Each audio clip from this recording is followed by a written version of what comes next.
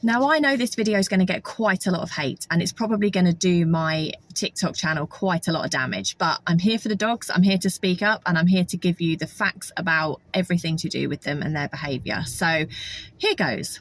So first of all, what I want to say is that, one, I use crates, okay? So crates I use them for conditioning puppies and conditioning dogs so that they understand that it is a nice place to be and that they can enjoy relaxing in there and having a kind of like a nice time.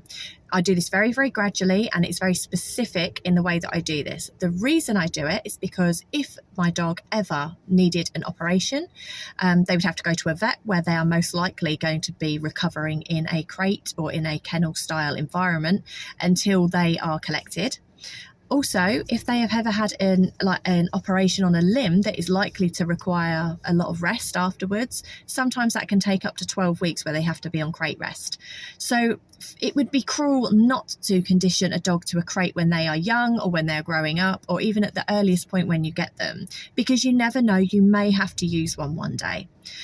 I do also use crates in the car for dogs who are either travel phobic whilst we're working through rebuilding their association of travelling, and for dogs who are reactive when they're in a car and they look out the windows barking at people, dogs, bikes, things like that. So I do use crates. I don't want you to think I'm anti-crates, because I am not. However, there is a hell of a big problem with crates. And the problem comes from many, many different places. So I'm just going to talk you through some of them. The problem, first of all, is believing that a dog is a den animal. So dogs do use dens, and this originally came back from the wolf theory, is that they come from wolves. Dogs are more like cousins to wolves than they are a direct descendant of a wolf. So wolves, when they have been observed, they do use dens. When they have litters and they are young, they are whelped within the den area, and then they come out of it. They may well seek den type areas if it is particularly bad weather, and they may well seek den areas in order for safety, but they do not live in dens like foxes and like badgers. They are not den animals within that sense, and certainly an adult wolf or an adult dog would not seek out a den type area to live in for most of their day or even most of their night. They just don't do that. What they do is when they rest in one place and they sleep. And then when they get hot or uncomfortable, they get up and they move, and then they go and lay down somewhere else. So you will see this in your dog in kind of like day-to-day life as well. So the idea that dogs are den animals actually has come from quite a few different places, but the number one place where it came from was actually PetSmart.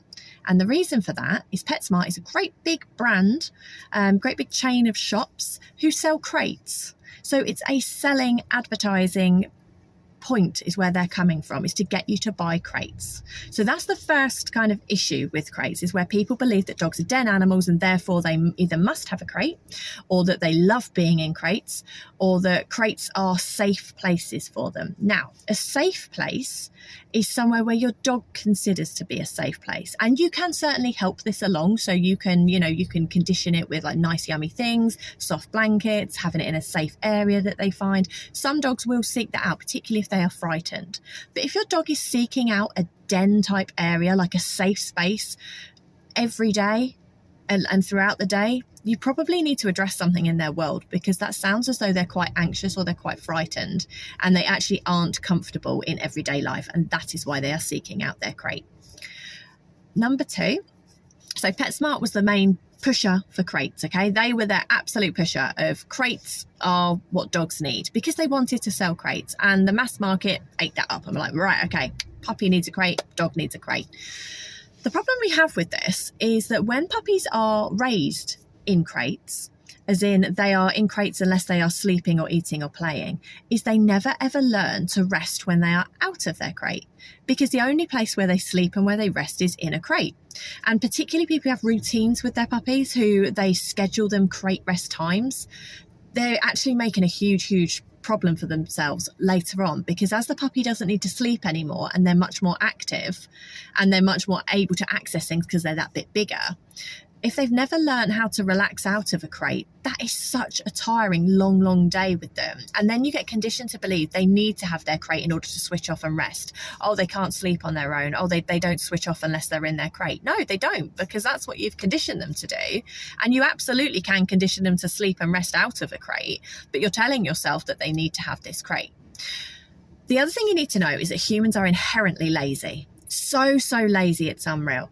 Humans as a whole, not just dog owners. If there is a quick route to something where we have to do something very, very minimal in order to get what we want, we will do it.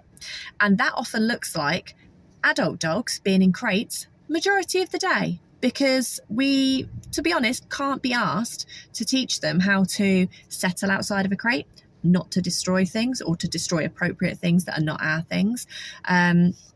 How to be relaxed and calm when they are at home, whether that's alone or whether that is with when people are in and they're busy and they're doing things. And there's so many things that we just can't really be bothered to do. And we just go, well, if he's in his crate, he'll just sleep. If he's in his crate, he'll just switch off. But that is so abnormal for dogs. Dogs should not have their natural movements limited. They should not be in a crate for majority of the day, as so many dogs are. So I have a little challenge for you. If you are one of these owners, well, first of all, I have a question. I have a question before a challenge. If you are one of these owners who says, but my dog loves his crate, it's his safe space, and this is where he goes, and if I pick up a treat or his food or whatever and he runs to his crate, he wants to be there. That's conditioned response for a start. So he's been conditioned to go to his crate in order to get something. That's not because he wants to be in there, that's because he wants what you have. But the question I have is, if it's a safe place, if it's somewhere your dog loves to be, why are you locking the door? Why is the door locked or shut when the dog's in there?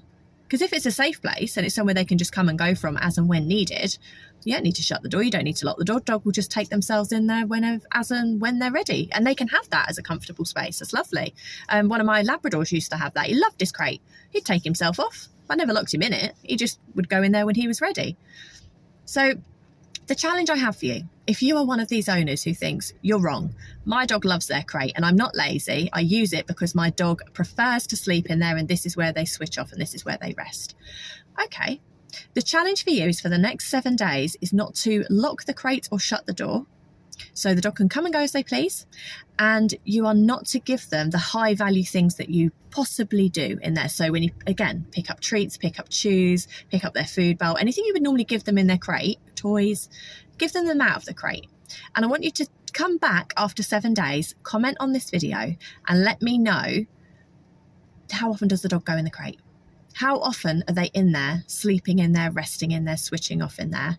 And how often are they actually comfortable just chilling somewhere else? Come and tell me. I'm curious to know, because I work with a lot of clients who have been taught that their puppy and their adolescent dog needs to have a crate and they've grown up with it, and we actually have to condition them how to be out of them because they cannot switch off outside of them now, because that's what they've been brought up to do.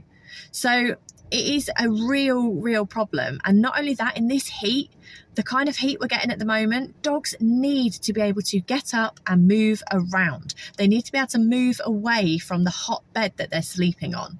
They need to be able to get up, stand up, walk away, readjust and lay back down. They need to be able to stretch. These are all normal, natural behaviours for dogs and movements for dogs. And it's cruel to limit them to a prison because, to be honest, we can't be bothered to teach them something different. So the only caveat I will put to this is that if you have a dog who has perhaps come from abroad, who is petrified of life here, as I said before, with that anxiety of life, and they are seeking out their crate day to day, they may well be benefiting from having the door pushed to so that they feel safe and that they can sleep. But they are the exception. They are not the rule. So I'm curious to hear your thoughts. Bear in mind, I'm coming at this from a place to help your dog, okay? Let me know and your findings after a week.